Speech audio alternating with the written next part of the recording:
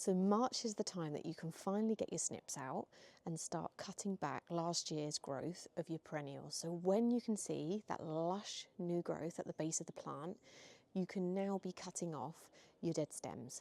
Now, some people like to leave it a little bit longer because you might find that things are hibernating inside. Sometimes you might see ladybirds and things, so it's absolutely fine to leave them, but it definitely is the time that you can be having that much awaited tidy up. So I'm going to show you how easy it is to just be cutting back a few perennials. Here we've got a phlox, and this is the perfect example of how to cut back your perennials. Now what you will see is last year's stems, which are now very dry and brittle, and then at the base of this phlox you can see all the new growth.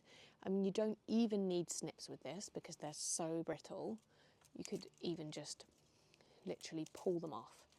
They're so brittle they'll just come away in your hand, and you're just tidying that all up. But if they don't pull away, then obviously you can use your snips. So you're just taking off all those old stems, and then you'll see what we're left with. So pull, pull, pull. This was a really good size in the summer, and I can't wait for this one to grow again. It's a beautiful white and lilac, absolutely stunning.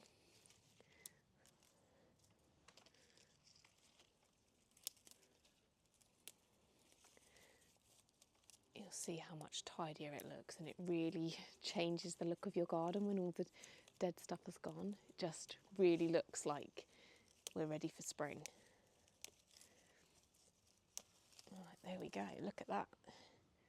So much neater. That was a lot of stems gone. There we go. And look at the size of that. So that's going to be a really, really decent size this year. There we have it, all those little woody bits gone. All the new growth there, ready to do its thing.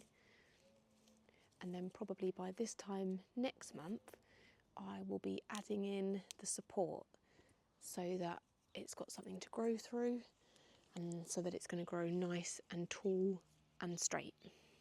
When I'm cutting back my perennials, I will always wait until I can definitely see growth at the base of the plant. Some of my perennials which flower later in the summer haven't started to emerge yet, and actually I leave the stems there so that I know there is a plant planted there. If I cut back everything now, I might forget what's planted there, and I might accidentally damage it or plant something in its place, and I don't want to do that. So it really helps me as a visual indicator of where things are planted. So I can see at the back that I planted some thalictrum, which flower later in the summer, and I know that they're there because I can see the stems. So I'm going to leave them alone.